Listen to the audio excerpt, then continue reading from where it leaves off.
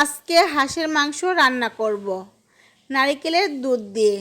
তাই নারকেলটা ভেঙে নিয়েছি, এখন উঠিয়ে নিব। নারকেলটা এভাবে উঠিয়ে নিব। নারকেলটা উঠিয়ে ধুয়ে নিয়েছি। এখন ব্লেন্ডার মেশিনে ঢেলে নিচ্ছি। এখন ব্লেন্ড করে নিব। নারকেলটা ব্লেন্ড করে নিয়েছি। হাঁসগুলো লোম ছাড়িয়ে ভালোভাবে ধুয়ে নিয়েছি। এখন হাঁসগুলো কেটে নিব। হাঁসগুলো কেটে নিয়েছি। হলুদ, মরিচ, ধনিয়া গুঁড়া, কাঁচামরিচ, পেঁয়াজ, লবণ, সাদা এলাচ, দারুচিনি, আদা, রসুন ও জিরা ও নারকেলের দুধ সবগুলো একসাথে নিয়ে নিয়েছি। হাঁসের মাংসের মধ্যে সরিষার তেল দিয়ে এখন 2 চামচ মরিচের গুঁড়া দিয়ে দিচ্ছি। 2 চামচ হলুদের গুঁড়া দিয়ে দিচ্ছি। 2 চামচ ধনিয়া গুঁড়া দিয়ে দিচ্ছি। লবণটা আপনাদের পরিমাণ মতো দিয়ে দিবেন। আমি 2 চা চামচ দিয়ে দিয়েছি। 2 চামচ আদা বাটা দিয়ে দিচ্ছি।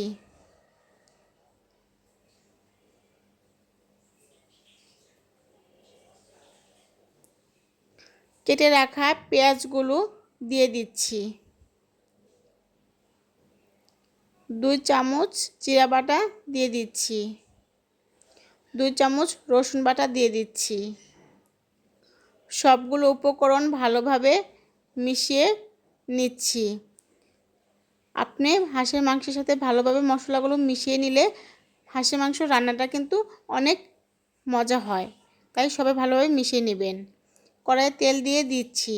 তেলটা গরম হয়ে যাওয়ার পর পেঁয়াজ কুচিগুলো দিয়ে দিচ্ছি। পেঁয়াজগুলো ভেজে নেব। পেঁয়াজটা নাড়াচাড়া দিয়ে দিচ্ছি যেন পেঁয়াজটা বাদামি কালার হয়ে যায়।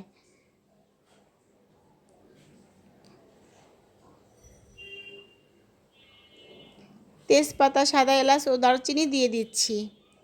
এগুলো দিয়ে ভালোভাবে একটু হালকা ভেজে নেব। মাখিয়ে রাখা মাংসগুলো দিয়ে দিচ্ছি। মাংসটা এখন আমরা ভালোভাবে নাড়াচাড়া দেব যাতে না লেগে যায়। এখন মাংসগুলো ভেজে নিচ্ছি। মাংসগুলো ভালোভাবে কষিয়ে নিব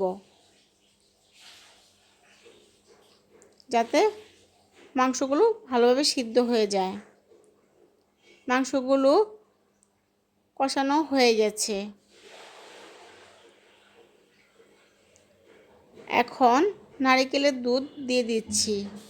নারকেলের দুধ দিয়ে ভালোভাবে কষিয়ে নিতে হবে।